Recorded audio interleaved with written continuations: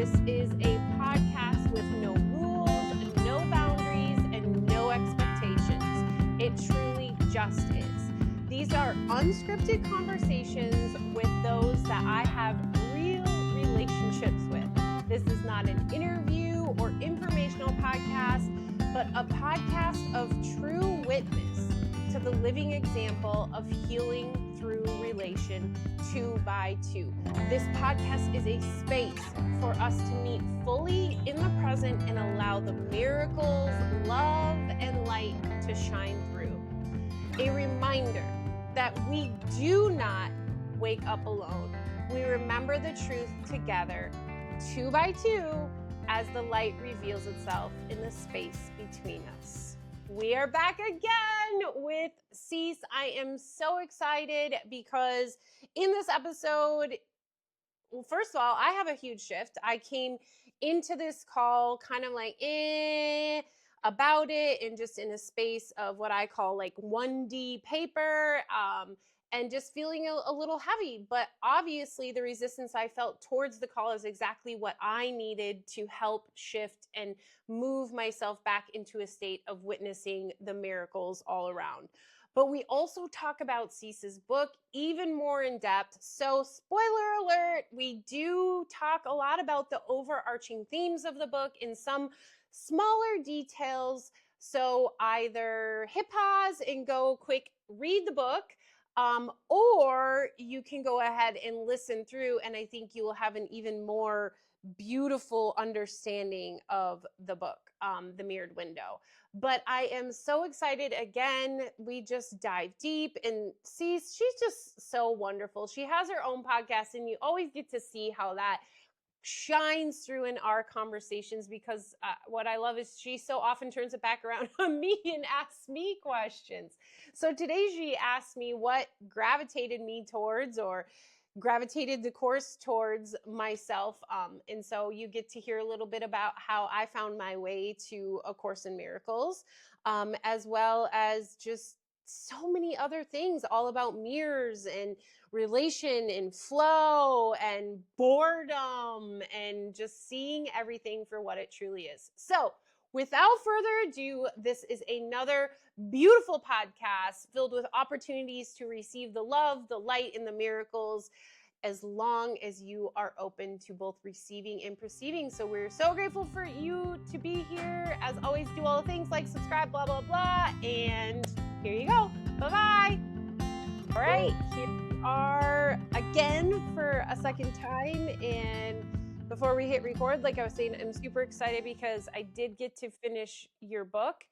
And it makes so much sense why I hadn't finished it yet. I think because there was some experiences I needed to experience to be like, oh my gosh, this, like, I feel this. Wait, so, what you had to, well, the universe is funny that way, right? Because it probably would not have resonated as much if you didn't go through whatever it was that you experienced. 100%. Yeah. So it's when you, like, in the book, okay, so spoiler alert, anyone, if you haven't read the book yet, I always you say what it is, because I always move the words around. Mirrored Window. The Mirrored Window. If you haven't read it, this is Cease's first book of many. In the end, spoiler alert, she already says, I have already began the second book, so it's not ending here. And so there's spoilers. So either hit pause, go read the book, or just continue forward knowing that the book is still amazing no matter what we share here today. It might even be more amazing, I think, because it might give even deeper context. I love that about things.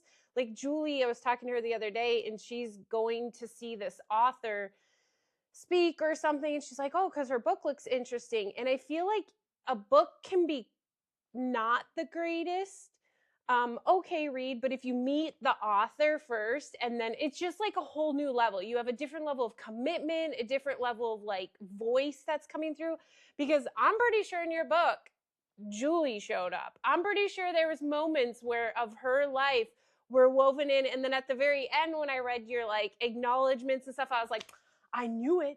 I knew this was like a Julie moment, like with some of the decisions and the movement and where the locations were. You could tell that, and I don't know the rest of your people, but I recognize that that person, Julie, was sprinkled throughout the book, not like as one character, but like different pieces of that character and what she was experiencing. There's a few in there, yeah. I mean, she and I kind of caught up on, and I love the fact that we're talking about Julie and she's not even here.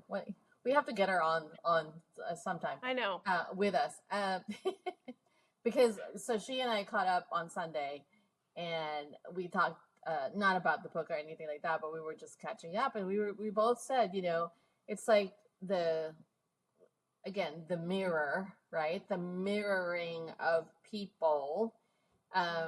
Certain experiences have occurred with some people, and then I have had it, and then so there's a lot of that in the book, which is really why it was titled The Mirrored Window in the first place, because it's literally about it's not just me that's experiencing whatever. It may have a different what's the word? It's more like the whole view of it, or the timeline may not have occurred in exactly the same way for the other individual, but the message and the core is the same. Yeah. We always say same, but different. Yeah. So it's like the same, like you're saying, like overarching meaning and experience, but like the painting might be a little different. Like you might experience it, because this will lead right into one of my really big moments in the book, is when you found the mirror. Oh, yes. When the mirror found you, like whatever we want to say, and the feeling you had and how it just didn't quite make sense. And it was, there just so happened to be there, and it wasn't tagged, and all these things.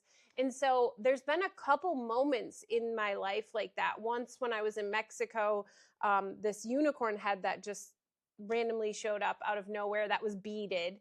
But the one that I thought about most is the item that I recently sent you to see if you knew anyone who knew anything about it. So I didn't get to tell you the whole story of that. So anybody listening in, if you know, Pat and I have started an Etsy shop to like be able to really spread joy. That wasn't the original intention, but also to continue to get to vintage shop and connect and all the things.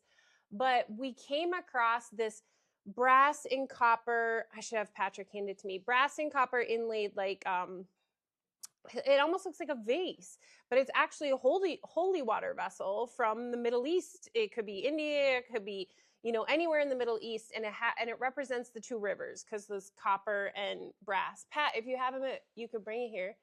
But anyway, so we've been doing some online auctioning, and I saw it on there, and like, you don't get to touch it, you're just seeing a picture, and I saw it, and I just felt so drawn to it. And it's nothing like super exquisite. Like, I don't think everybody in Drodes would be drawn to this, I guess I'm saying. And I just felt drawn to it. It's right up on the desk. I can see him looking for it out of the corner of my eye. And the auction was coming up, and I had in my head like, oh, I'll spend maybe like $80 on it, which is really high for us. So here it is. It's just so beautiful. And it like feels in my hand, like it's been in my hand. But the auction came up, and I kind of had an amount in my head, which is way more than we ever spend on anything, first of all. So I told Pat, and he's like, what? You're going to spend? And I was like, I don't know. I feel like I did some looking up. This held holy water. Like, many prayers and stuff are located like in this vessel. And so he finally agreed to like $70. And if you've ever done online auction, like the last minute, people are like putting in left and right. And so our $70 got outbidded, and Pat's like, fine, you can do $89. And I was like, okay. So I put in $89, and then all of a sudden we see it went for over $100, and I'm like, oh, all right, well, that's okay. I didn't want to spend that much money anyway. And so then later I'm looking at like my bids I've won. And I was like, $809? What the heck is that? I realized I fat fingered that $890 and put in my highest bid as $890, which, thank the Lord, the person I was bidding against, they ran out. They must have put in like 115 as their bid, because I paid 116. But Pat and I literally like, oh, thank goodness, we didn't want to pay more than 89. Like, it wasn't meant to be. And then sure it was. And I have never fat fingered any other auctions. Oh my gosh. The one and only. And so it was one of those moments. It was like, what's meant to be is meant to be. And it's not about numbers. It's not about location. It's not about timing.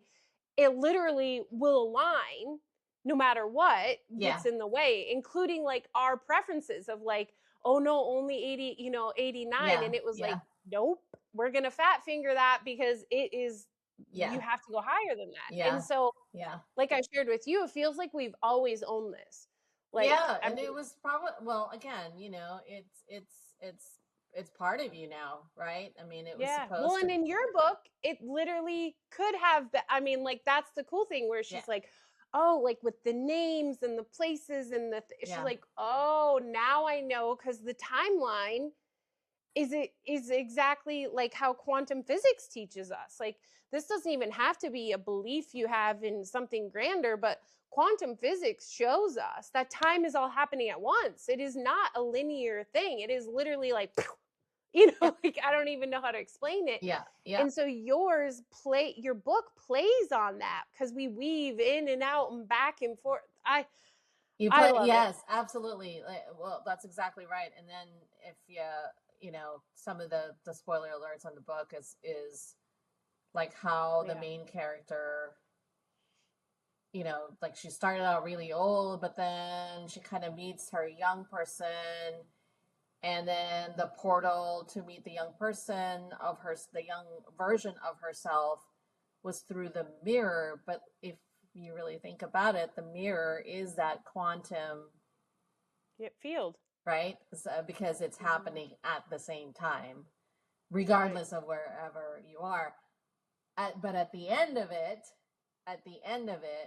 when she started writing again, right? But where was she? Was she in the early version of the room where the typewriter is, or is she in the older version of the room where the typewriter is? Because the mirror is like right there, so it's like you don't know. So I'm glad. I thought for a moment I maybe missed some sentences, because I was like, I had that moment of like, wait, where is she? And I was like, I don't know. And so it left it up to the reader to just like, whatever your person. So it's almost, you created that same moment in the reading of the book, if that makes sense. Like, am I reading that she's here, or am I reading that she's there? But it wasn't like a confusing moment, but it was enough to like where your consciousness was like, oh, where are we again? Like, okay, is she writing it this or there? Oh, so that's cool to hear that, because literally I remember thinking that, and I was like, all right, let's just keep going, whatever. But you intentionally did that. I intentionally did that. And for anyone who, we're so linear. I mean, we grew up, that time is linear. I mean, that's how we grew up. That's how we know. And if you're just sort of starting to embark on the not the concept, but the truth of time, right? You'll get it. But if you're just starting, you're gonna get confused, because your old behavior is, well, then you're born and you do this and then you do this and you're at this age and you do this, but really, which is one of the reasons why everybody asks me, so what is it? Well, it's a nonfiction fantasy, sci-fi kind of thing. But you know what? When you bring that up, Cece, so I didn't realize, like, I'm so much more drawn when it comes to wanting to read nonfiction, let's say. Yeah. That's fake, right? No. Yeah.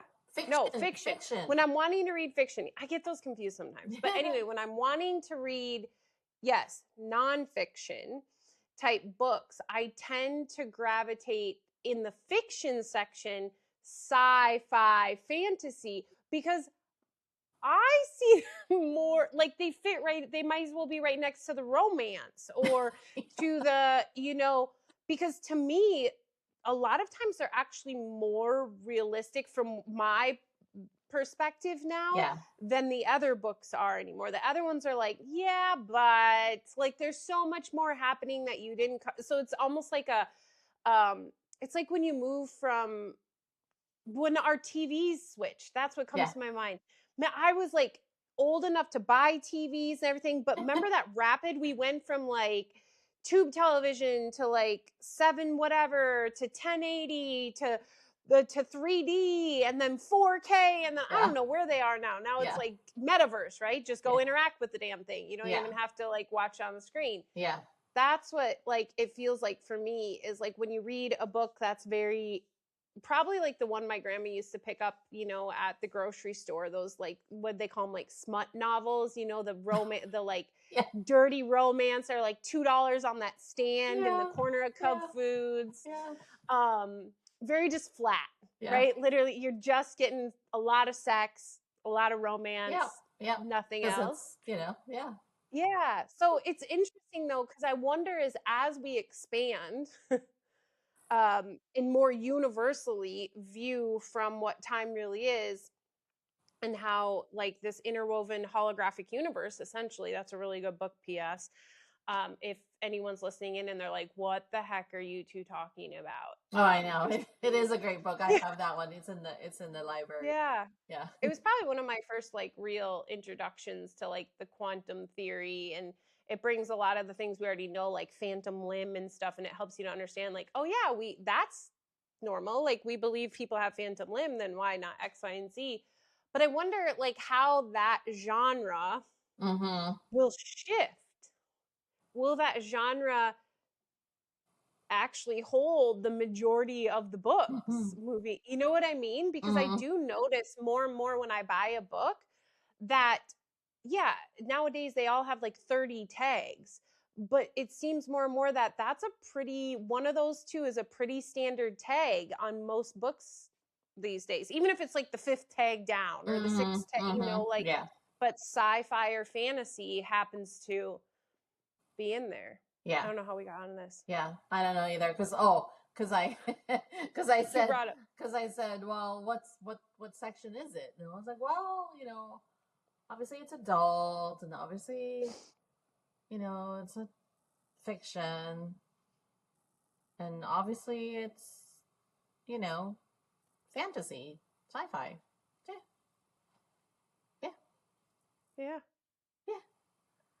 I mean, what else? Because you're like you said, you're like you have a whole bunch of questions. Like now, I'm curious what the questions are. Well, I guess maybe not necessarily questioning the book, but like about how you've already started to answer them. Like one of them was like, oh my gosh, I'm pretty sure there's sprinkles of Julie in here.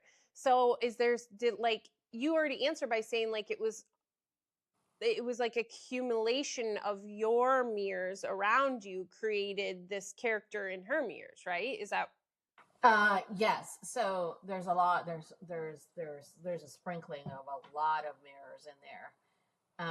Like the Japan one was a sprinkling of, and that actually that chapter on Japan, that was written maybe 6 years ago.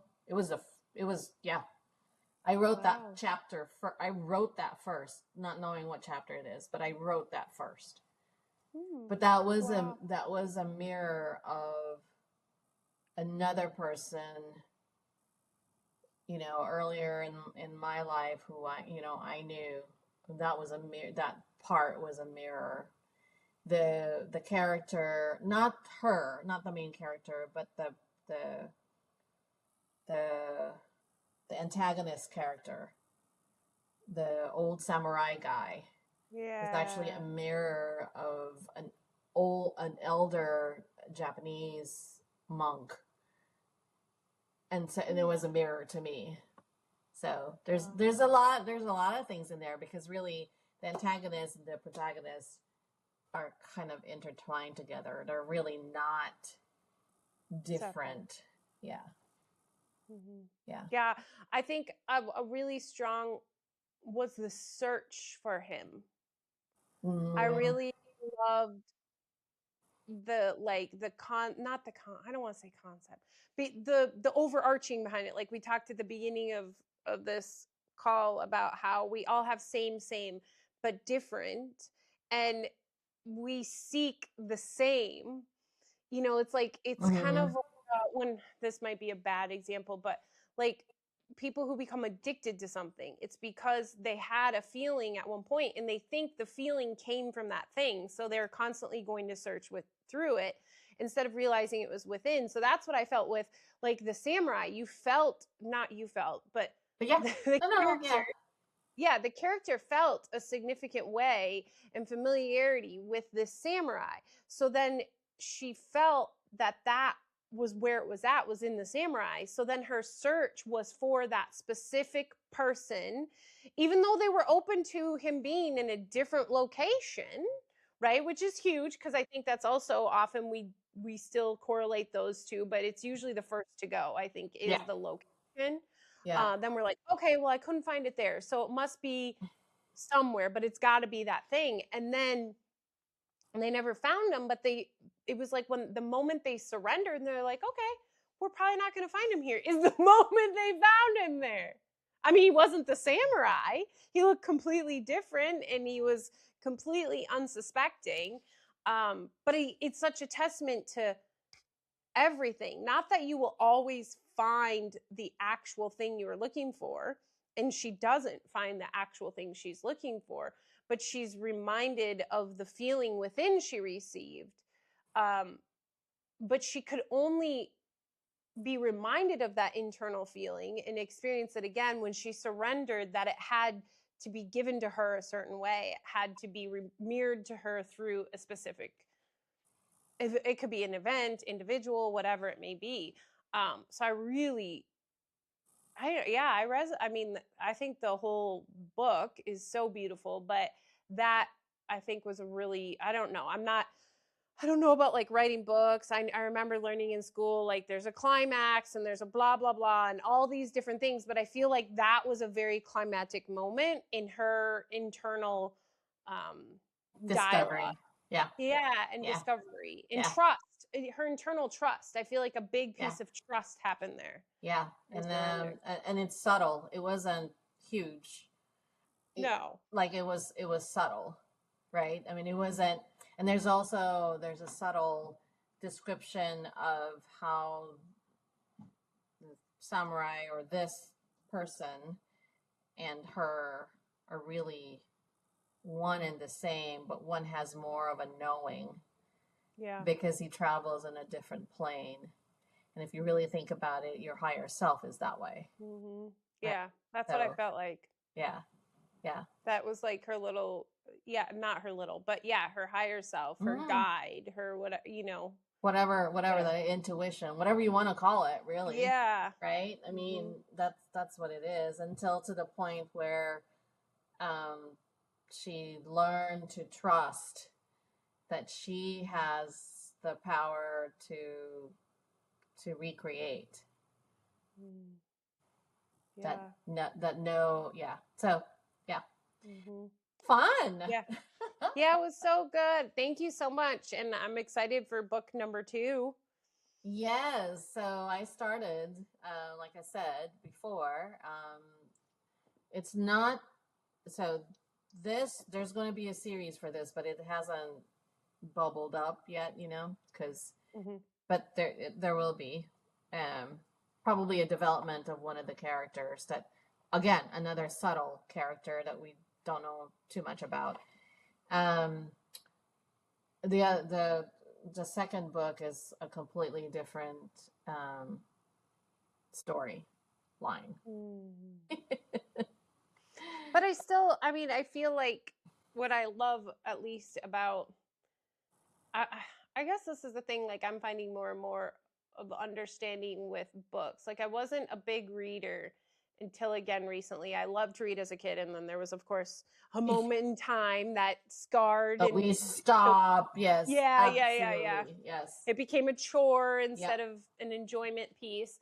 And so since I've found my way back, like one of the things I always joke about with Julie is I find myself getting stuck sometimes where if I start a book, I feel like, okay, I have to finish it. And I'll just realize like, oh my God, like I'm having to force myself. It's awful. But then there's books like yours where it's like, I want to finish it. And it feels like exciting in what's coming next. And what I've found is because usually not usually, probably always, but the moments that I've reflected on that, the books have like this overarching 3D 4K version. Like, so it's not that flat, like, agenda. Like, there's a book that I really struggled to read, and I loved all of her old books, but you can tell this book very much had like an agenda of woman power, lesbian rights, which is fine, but it's like when you're a different kind of writer and you have this undertone of anger, I think is really what it was, of like anger and I'm going to show you, but it was written out in a story. Like I couldn't read it because it's not coming from a place of so I guess something I resonate with in that moment. Yeah. So I feel like even though your second book has a different story, it's not about the story. No, it's about this. It's about it's about this. Yeah. It's about this. Let's go back to the vessel for a second, because this the vessel like so think of how many people just like cried and prayed with holy water in this. Anyway. Yeah, totally. So there are symbols in there, etched in there. Yeah. So it would be interesting to kind of understand them. Yeah. You know how you have those tracing paper back in the day, the tracing paper? Yeah. Get a charcoal pencil or charcoal. Yeah. So you can see it clear, trace it. So you can see the symbol. Okay. So where, like, is it all over? Yeah, there's a design on there. Yeah, there's for sure a design. So there's symbols in there in the design. But you can't see it because it's in the design. Yeah, it's all too uniform. Like your eyes just Yeah. All right, I'm gonna try it. So here's the thing that I discovered, that there's a lot that when you go to Middle East and markets and stuff like that, they're all over, right? Because it is a holy vessel, and so people buy them or purchase, whatever, trade with them or whatever for a lot of reasons. So they're all over, and that could be in an antiquity, but we just don't know. The only way that you're going to know of its age, like if it's an archaeological, whatever, just thing, older than like reproduced a couple years ago. Yeah. Is to go to a place. Yeah. And highly recommend, if you're in Seattle, go to Burke. Yeah. Yeah. That's what you had said. Yeah. No, I feel like for sure, like, I don't know, I just feel the energy that this wasn't like this was like hand, whatever. It is. It's hand, because you can tell it's what they call it, hand hammered. Yeah. It's hand hammered. Like you can even see at the top part. So and you can see how it's like uneven and so it's hand hammered. But I would be curious to see the etching. Yeah, me too. Because some of them, like in where was I? Is it Tibet? Was it Tibet? I think it's in Tibet. So in Tibet, they have similar, not exactly shaped the same, but similar. Mm-hmm. And then they're hand hammered, right? The design. Yeah. But it's a scripture. Oh, all the way around. All the way around it. Yeah. Yeah, because So there's definitely little like in these tiny little squares, they're tiny.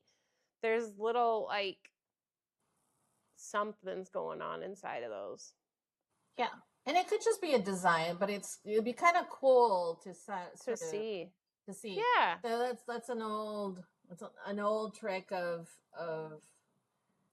trying to figure out what before scans and things Yeah. or To X-rays. use. That's what they did. They would take a tracing paper and they would Yeah. yeah And some charcoal. yep Well, so you hot could dang. see. Yeah. What's going on in the Mm-hmm. smaller pieces.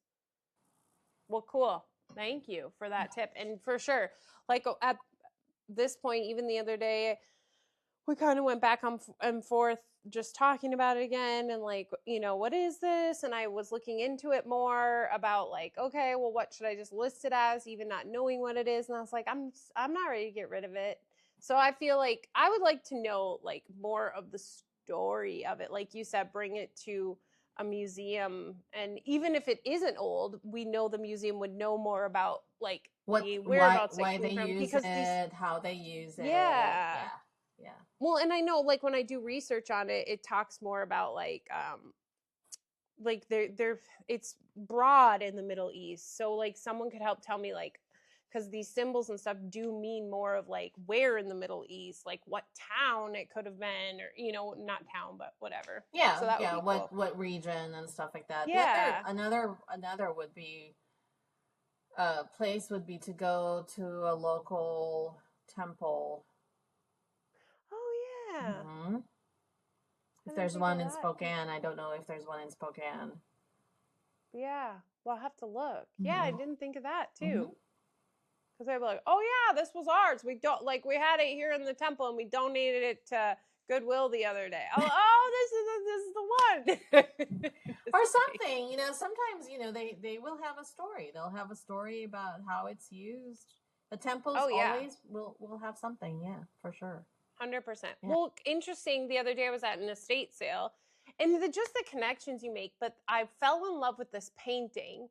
I just felt a connection. I called Pat, and again, it was another piece that I was like paying more than I would usually pay for something. And he's like, well, I thought for sure when I call him, he'd be like, no, no, no, we're not paying that much. Again, it was $60. Again, yes, because that was, yep, $60. And I was like, oh, okay. Because he was like, well, if you feel like it. And so then I was like, he's like, just get it. You're going to regret it if you don't. And so I got it. And on my way out, one of the estate dealers was like, hey, do you want to know the story of that? And I was like, well, of course. Like, that's like the best part is when you know. And he said, like, a few months ago, they had like a multi-family estate sale because there were some people, different families going to assisted living. Mm. And this old man, he was going to an assisted living home and he had a massive art collection.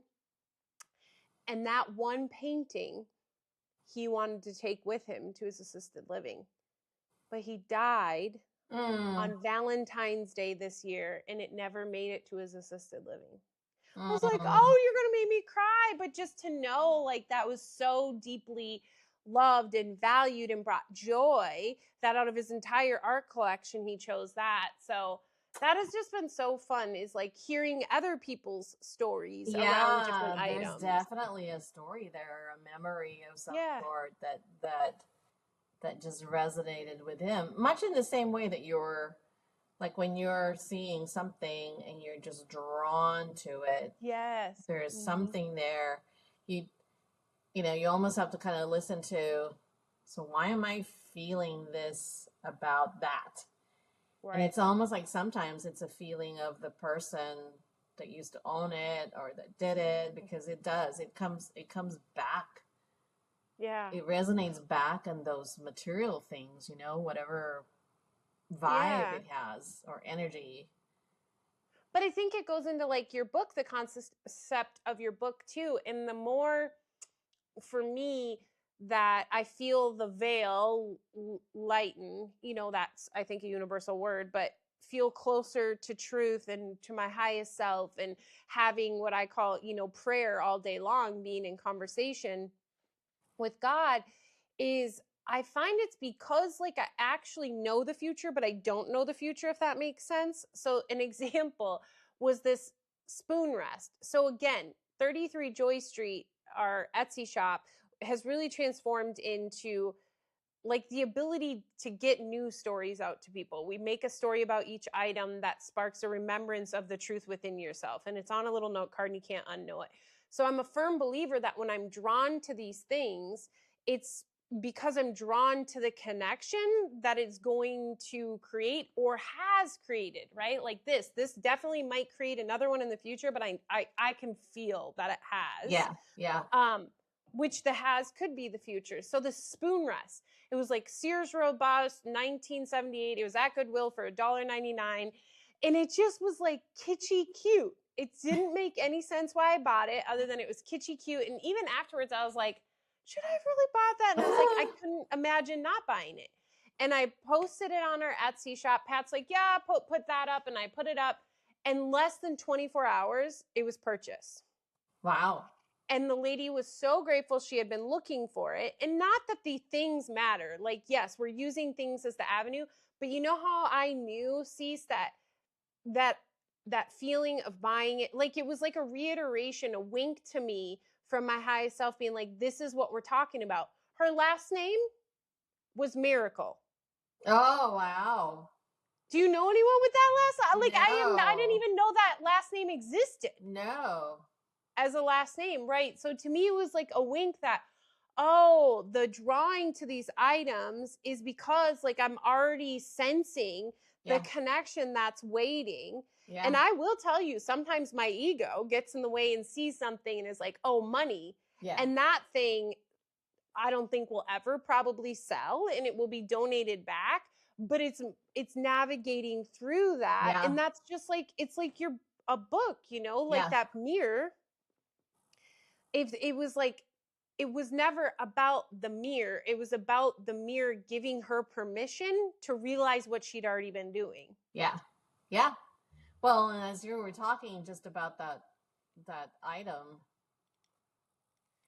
you know, I mean, there's a couple things that coming through my head. It's like, okay, how did her last name become Miracle? Because there's always a story behind that, right? Was it mispronounced the wrong way? It was spelled the wrong way, and it just carried on through centuries and all that stuff, right? Number one. And that's kind of like the tactical thing. Number two is more, she had a desire. Mm-hmm. There's a reason why she wanted that. She had a desire, knowing that, oh, it's one in a gazillion times to find something, right? Yeah. And then sending it out into whatever, the ethers, and you somehow, it's like message in a bottle. You somehow catches this energy and you're placed in a situation where you find it, and she finds it from you. Right. So the word vessel then comes to mind because actually you're a vessel. Right. Yeah. And that was the moment that it felt like, it's those moments that you're really reminded that like, I'm just a vessel, you know, and same for like the money coming in, like even not even us as a person as a vessel, but like everything is used as a vessel. So like this Etsy shop, you know, when I was wrapped up in business and learning about business, it was all about like building things to make money. But then it was like, what's the money for, right? Yeah. Like just the droves of it in my savings account. Not that you shouldn't have a savings account or it's bad. No. But what I've really started to see though is like everything is literally just a tool and just a vessel. So like the Etsy shop, like where we're at in our lives of the vessel, it's just we're seeing the flow, the constant flow. There's never any lack and there's never any excess, which really plays with your stories, right? Because even though you're not lacking, when you sit in the just flow long enough, it's like the ego gets bored. And it's like, all right, we should probably have some excess for sure. You know, like it's like, okay, we're not going to go down to lacking. And that's where you used to get riled up. So we're going to bring lacking up to here where the flow is and see if we can get you riled up that you should be up here in the excess. But like, it's just, I don't even know how I got off that tangent other than literally seeing everything as a vessel of just like the movement, the exchange. Yeah. Oh, this is fascinating. Oh my gosh, it's just so much. There's just so much. It's just so much fun. Yeah. It is. And it's like, I'm so grateful for this call too, because this morning I've been feeling like in a funk this morning and last night, just kind of, where you get kind of just stuck back into the rat race, what people would call, or just stuck, back into I was back flat on a piece of paper. I had left the, it's like flat. I think a lot of us are feeling that way for some reason. It's like, so January, January came in, it rolled in, it didn't exist really because it was a thing. People were still not quite, I mean, I don't know. To me, January just did not exist for some reason. February is too short, but it also sort of like moved through. And I think March, this season of spring, I think you and I felt the same way actually. Like last week, I was like, what's happening? It's like, why am I feeling this way? What's the thing? Is there a specific message? Is there a thing? And then I finally go, I'm not even going to try and figure it out because it's probably not quite the time for me to figure it out. I just need to sit still and just move, a step in front of step, right? And just go. It is a very strange feeling though, right? Because you're like, it's that ego thing like you're talking about. You're like, okay, I think I should be there and I need to get there. Maybe not. But right now you're like, no, apparently not. Well, it's like the board, like you're stuck, not stuck. Well, you're kind of stuck, but you're not really stuck. Well, you're only stuck because you're viewing it as that. Like, yes. Yeah. And so it's like boredom, right? One of the things I realized, like the deeper, and that's why, like, say you meet a monk or something, they're very just boring. Like, if you didn't know the stories of, like, if you just met them and you were headed out to go to a party or something and they were dressed normal and you didn't realize they were monk, they would be like the boring person. You probably wouldn't want to talk to them anymore because they're just very even keel. They're not up here. They're not down there. They're just, and they don't have a lot to share because there's not a lot, not because that they're because they're in the moment. They're like, detaching like from all these now. things that you would be talking about. Yeah. Right. Yes. Yeah. So it's like that. It's like when you're on this journey, that's where we want to get, is like this peace and this joy within. But there's those moments that the ego comes back in and begins to witness that. And then that's when all of a sudden it's like where you and I were just talking about, like, oh, I'm bored, or, oh, am I stagnant? Am I stuck? Am I this or that? But really you're not anything other than viewing it from the ego lens, which needs chaos and excitement and crashes and this or that. So it's like, what do they call it? The dog days of winter. They call it the dog days of winter because it's the slow, like it's after the chaos of the holidays. And then, like you said, January really just is like a resetting. There's so many things about, like, like you need a rest from the rest. Yeah, or even starting new things, right? So like they're distracted, cleaning out their house, whatever. And then February, I think usually dog days start there, but you're right, this year was leap year, whatever it's called, where we have less days in February. So I think it's just catching up. But these are the moments we worked for. And then look at us in here judging it. What do you do? So let's go there for a second, because I'm curious. So when you're in that state of, let's just call it boredom, right? Yeah. And like we're questioning, okay, this is really boring. I need something. Yeah. What do you do? What do you do to kind of get out of it? Yeah. Do you need, or do you even need to get out of it? Well, I think that's the piece. I think that's where I have to try to get myself to is it's, that statement of either everything's a miracle or nothing's a miracle. So it might not be the first few times that I am having those thoughts of boredom that I actually have the awareness of like, I'm viewing everything as not a miracle. That's why it's boring. Because if everything is a miracle, then it's like a kid, right? Like every morning they open their eyes, it's like their bedroom is the most magical, beautiful place ever. And they've like, you know what I mean? Like everything is so amazing. Or like a little kid, they could take this chapstick and take it off and put it on and take it off and put it on, like a million times. And us, we're like, God damn, I can't get the damn thing back on. Like one time we're upset about it. So it's the realization. When I realize, it's like a moment of grace. It's like, okay, reset. And I think for me, that's when it's like going into prayer or, journaling out, because there's obviously negative thoughts, if we look at it that way, or, some sort of story that's blocking me from receiving the miracle. And I think some of the most, and sometimes those don't work either. So to me, it's then like this call, a connection, like it's listening to what's next. So I'll be honest, like, cause I was in this funk this morning, I was like, ugh, I have a call, because the ego views everything as like a chore. And I stopped and I was like, whoa, I don't have to talk with Cease. What is going on? And I felt like it was a have to, because the ego was tricking me, the ego belief. And I was like, I took back the remembrance that like, I don't have to do nothing. And the moment I did that, I was like, all right.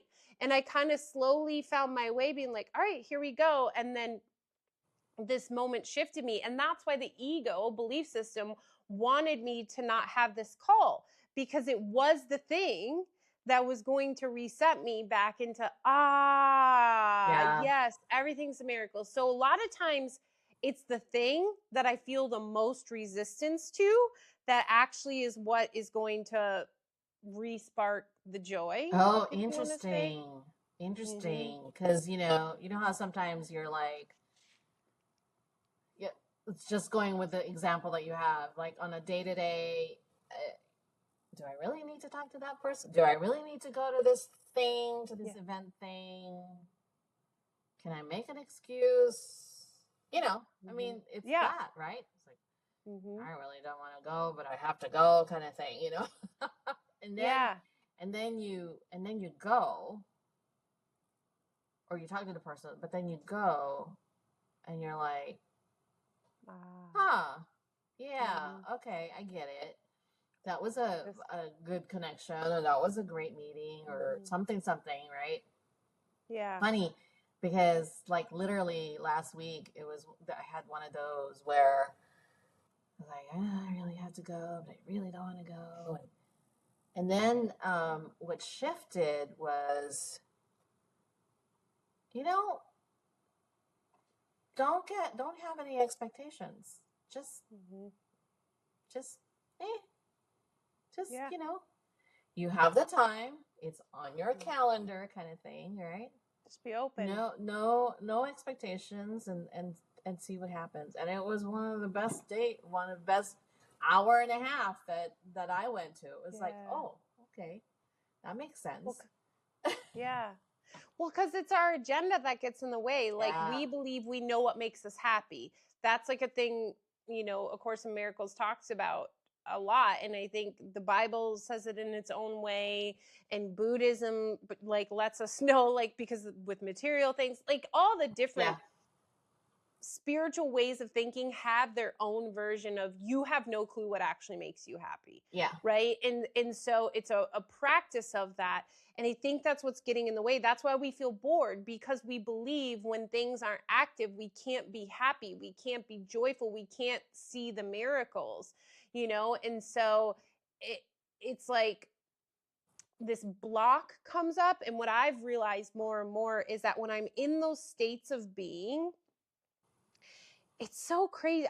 I tell me if this makes sense to you, Cece. I'm going to try to explain it. But what I've realized is it is the reason why it feels so hard to get out of it is because it's like you're in it.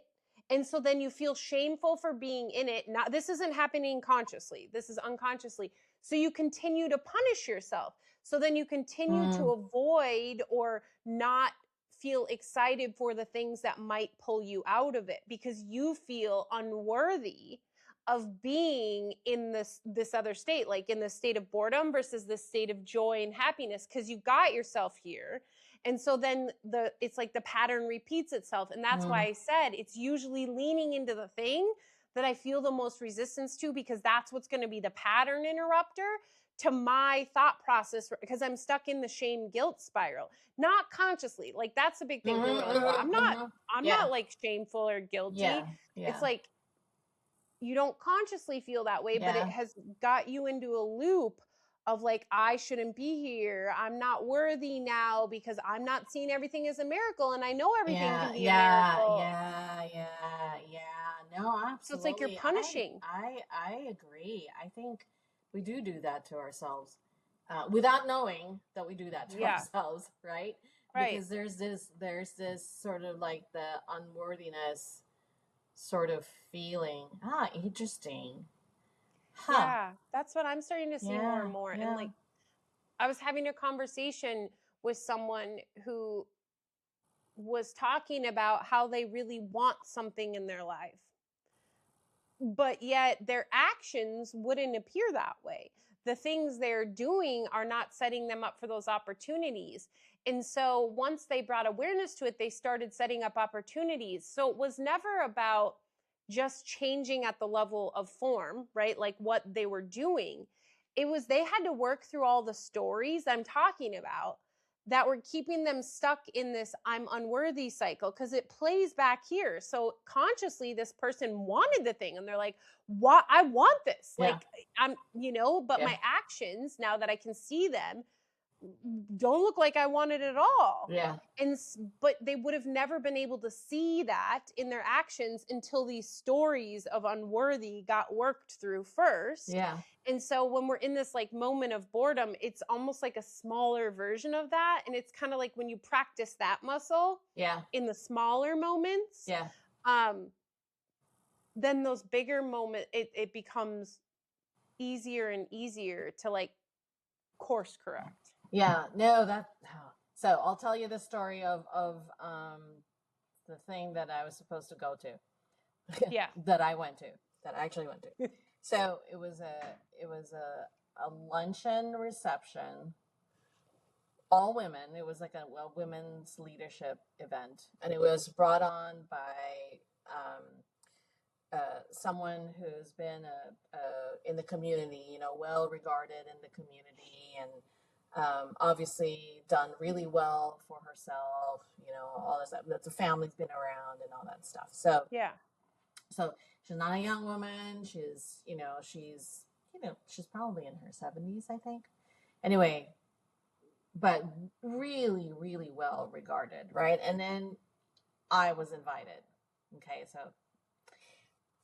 and then as I was and of course I accepted. It's like, oh, this is at the time that I was invited. I was like, oh, this is so nice. I'm so invited. And I, in my head, it was like, oh, a networking opportunity, right? Ooh, a way to You saw a way to gain. Right? Yeah. Like, ego. Ooh, yeah. Right? Pat yourself on the back, got invited, all this stuff.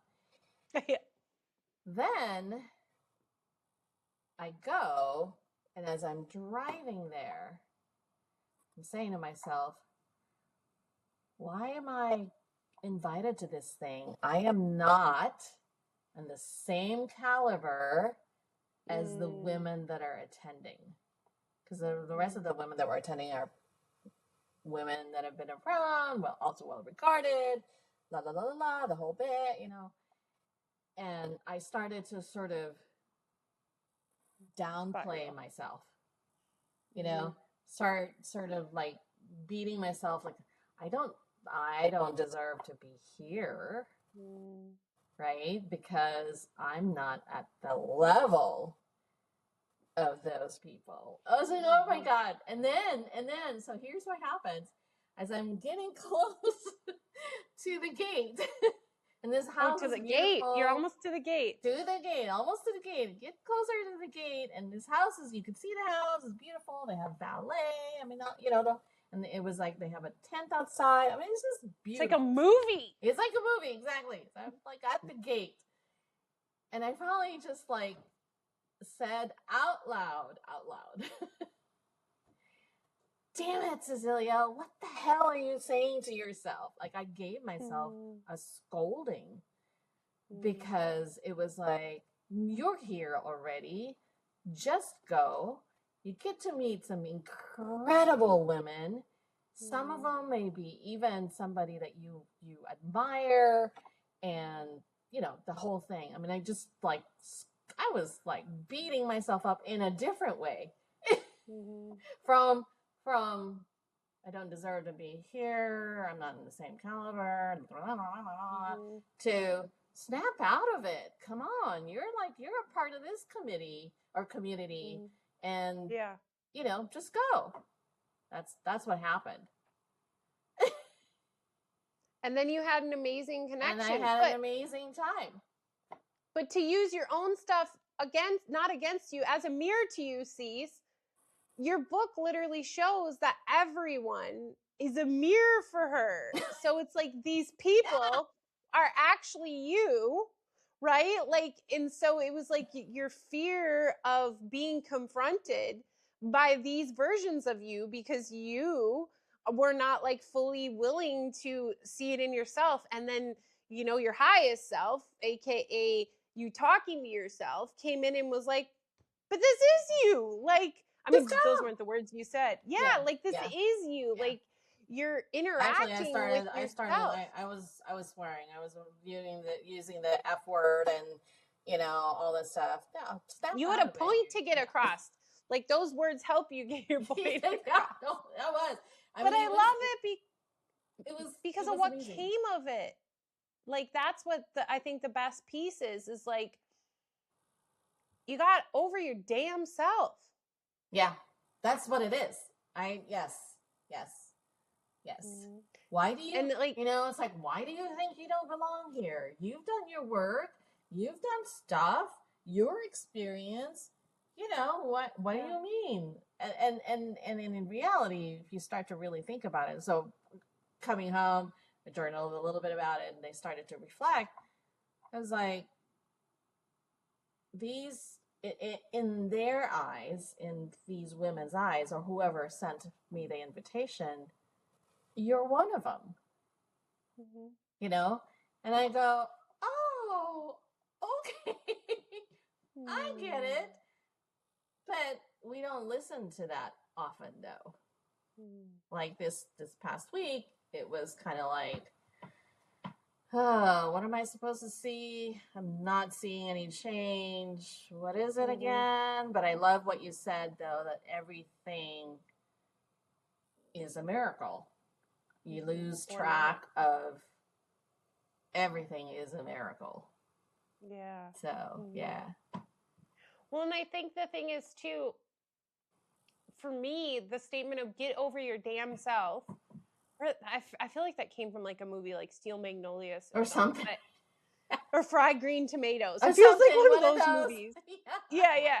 But it's really the realization that, at least for me and how I view the world now, is that I'm not Ashley. I am the observer of this entire interaction, and that like it's all coming from the same like divine being, meaning then we're all still one. In the moment that I think that Ashley is special, even if it's a bad special, right? We see special as good, but like in that moment, it was like seeing herself as a bad special and these women as a good special.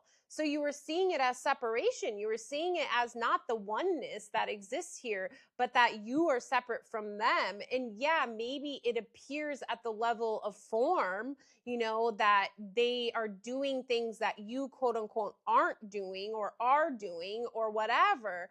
But that's not what really matters. Like if we all did the same damn thing, then then the word boring would take a whole new level it of it would be really, yeah. Well, isn't there a book, it's not even a book, it's a short story. And it was written like in the 30s or something like that by, I can't remember who, but it's like, there's this wall, and there are two different cities or two different cultures or civilizations, and one is you're born in that one, and you immediately are given your, path, your task to be part of the community. Like, you already know you're going to be a plumber or, a teacher or something, right? And everybody just knows. And you're wearing the same clothes, just, that kind of stuff. But there's one person that got curious, what's on the other side of the wall. Mm-hmm. And so it's actually, it was a movie with I think it was Jeff Bridges at one point. It's a book. It's a famous book. This isn't like it is a famous book. And then so he goes over to the other side of the wall, and there's how we know the world. You get to choose. You have an opportunity to be whatever. Yeah. I can't remember what it is. I picked it up not too long ago. Now I don't know where it is. I'm looking around. Did I? Yeah, it's like it's a book that's come back around. I feel like I don't think it's not 1984, but it's in that. It's like it's in that. It's in that realm of those books that were like predicting the future without predicting the future. Yeah. Well, then how boring is it, right? True. Like then now you have a different, like you said, a different conversation altogether. Yeah. Because you're like, well, there's no choice. There's no. But that's what like keeps us distracted, is like how it's not all the same here. And I think what we're eventually seeing at the higher level is the sameness. I think that's what monks really show us. They try to recreate it at the level of form, right? They all cut their hair the same. They wear the same clothes. They do literally the same routine every single day. And they attempt to reach that place through first impacting what's outside of them. But there's many ways to get there.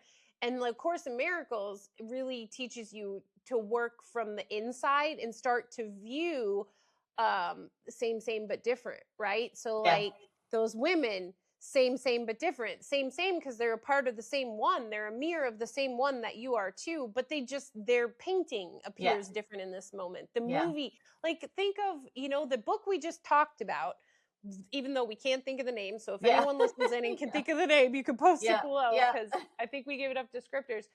But not even that one.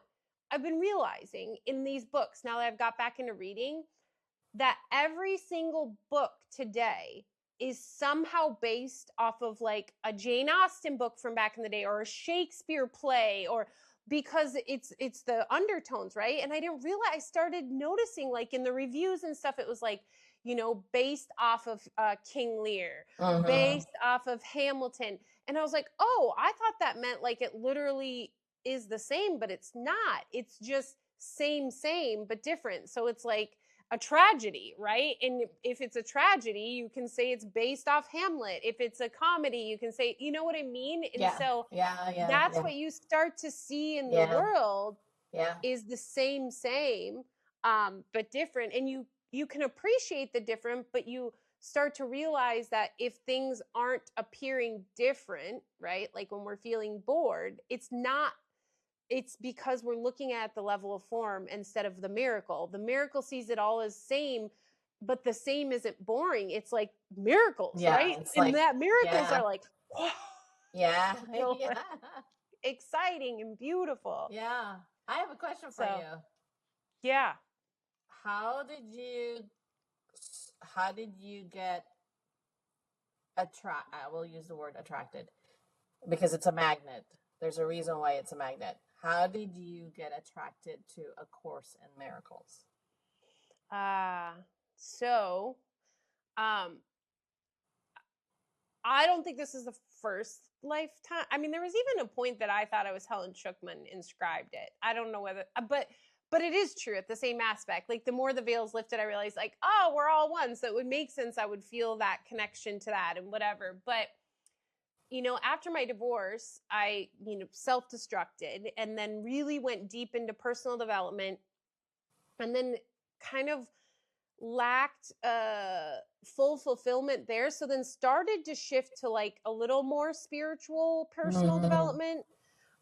So a lot of books I read, like Conversations with God and you know, The Alchemist, and you know, that whole genre of books where you're kind of your own god and you can create your future. And I really went down the road of manifesting. And I found out later that I actually read the book by Marianne Williamson called Return to Love, which is, and I've always been a super curious individual. Like in school, I had on my report card, talks too much, asks too many questions. I got kicked out of an actual college lecture because I asked a question that obviously provoked something within the professor. So I'm always the one, and there has been times in my life where I've used questions as like, you know, I'm going to get you in a way, but questions have always been my thing. I'm always questioning everything. Like that doesn't make sense. So then I found my way back to church, which there's a whole long story with that. My dad committed suicide when I was 18 and the church wrote him off. So I essentially wrote off the church. So I found myself back at like what they would call a new age church. And found myself reading some books by Bob Goff. Love Does, Everybody Does. And so he started to really show me religion as what I always thought it was, which is just love. Like it's just love, right? Like the loveness. And then at one point my church brought up something about same sex. And I was like, but if you love everyone, how come they're excluded? And so I went to my pastor and I asked her some questions. And that's when she gave me the Bob Goff. Is it Bob Goff or am I saying it wrong? Anyway, Love Does, Everybody Loves. And she gave me one of those books. And she said, just because we're a pastor under a certain sect or whatever, doesn't mean we necessarily believe everything, but we do have certain rules and dogmas and things that they have to follow when you claim to be under whatever. I don't know. You know, it reminded me of working for the government again. Like all these logistic things that don't make sense. But because you work for the government, you have to say they do. And so I left the church and then went deeper into like the Conversations with God kind of mentality and manifesting, and was doing really well manifesting my future until I wasn't. And like everything fell apart, even though I was doing all the things. See, I had uncovered all the stories getting in my way of millions of dollars and all this stuff. And my life was just spiraling out of control. And I was like, but, and I hit this like just space of back against the wall, full surrender. And then I was kind of abandoned from everyone. And I found Patrick. And when Patrick and I got together, we were in this very magical moment. At that point, then I thought I was like from Andromedon and, you know, like really went down that like whole we're, you know, light beings and here to save the world, the earth, because the earth needs saved. And I've been sent from, and so we're really in this space, but I still believed in Jesus in this weird kind of way. And I believed in the energy, and I got on a call with a friend who was like, he was doing Reiki, he was getting Reiki trained. And he talked about how his Reiki master told him that we do want bad energies in us. I was like, I don't know. This something didn't sit well with our conversation. So I got off the phone, and Pat and I had never really talked about Jesus or God. He just kind of went with what I was going with. And like, I would thank the universe for everything. And I said something to him about our conversation. And he goes, well, I don't think someone who would believe in Jesus would say that. And I was like, Jesus? You've never talked about Jesus. What is this? And I left for an appointment. And I used to love gospel music, like the new age gospel. And so I randomly turned some of those songs back on, and I just had this like epiphany of like, oh my gosh, it always has been Jesus, and the universe, but not in the way either side is saying. It's not like this is the right way and this is the right way. It's right in the middle. It's in the Like middle. it's all, it's like all and none at the same time. So I like was in this like mind blown, and I called my mentor of many years, and I was like, oh my gosh, Jess, it's Jesus, but it's not Jesus the way the church explained to me. And it's, and it's this, but it's not the way. And she's like, well, I've been listening to this book and I haven't fully wrapped my head around it yet. That's why I haven't shared it with you. But I think all of your answers might be here. And so that was The Disappearance of the Universe by Gary Renard. And Pat and I, we downloaded it. It's like a 15-hour Audible book. And we did what we called fireside chat, and we consumed it in a matter of days. And it was talked about Course in Miracles. And I was like, oh, I, for once in my life, am questionless. Like it was like the first time I stopped having, I was like, like there's no more questions. And so this is it. This is the way it is. And it's for me at least. Like this is what I've been to expound on it, or go deeper in it for yourself. Because like and the Marianne Williamson book, though, the interesting thing about that was about 3-4 years prior, I had read that, and it literally says based on A Course in Miracles. And me being the curious person makes absolutely no sense that I never Googled A Course in Miracles, other than the fact that I wasn't ready to receive it yet. I wasn't ready to to hear the message. And so so then everything's been history since then. And of course, there's been lots of grapplings, but that was my pull towards it. That's cool. Yeah. That is so cool. Yeah. Oh, fascinating. Okay. Well, I feel like what's really funny is like once we, because I think that's where we end this conversation. Isn't that interesting? Right? Yeah. It's like a full circle. We kind of put it full circle. We kind of tell them, that's like the message for the listeners would be like, it where you are is where you need to be. Right. Well, and that's like, if we go back to the full circle to the beginning of your book, like you really start to see that in the end of like her interchanging was necessary for certain things to align. Exactly. So it may not make sense, maybe confusing to some people why she's moving from here to here, but just hold on, because at the end you're like, oh, if that wouldn't have happened that way, it wouldn't have happened this way. Yeah. And which one am I going to change? How can I change? I want to change something because it's like I've grown, and I want to change something because where I am now, that piece that, at age 35 or 37 needs to change, because it's, or not at all. Or not at all. Or not at all. Or just write something different and create something completely different. Yeah. Oh. Well, thank you again so much for a wonderful chat, Cece, and so much love. And I hope we get to do this again. I mean, I'm always open and down. Absolutely. Yes. Yeah. Yeah. And Julie already has the first chapter of the next book. Or how does she have it? Or at least, well, because I always share with her the idea, and it might not even be the first chapter. It could be one of the chapters.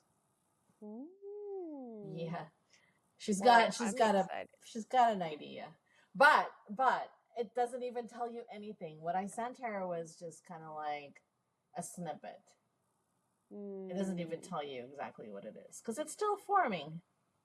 Yeah, well, especially like I'm gonna go back. Do you know exactly which chapter the Japan chapter is? I'll find it, but do you know by hand like the number? Yeah.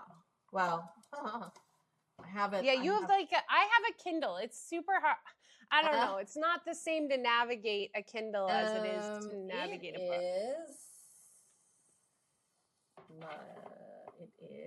It is chapter 6. Okay, I'm gonna go back and read it now. Start in chapter 6. Now that I know that that was like your starting point, because it'll be interesting to see where you started now that I've read the whole entire book. Yeah.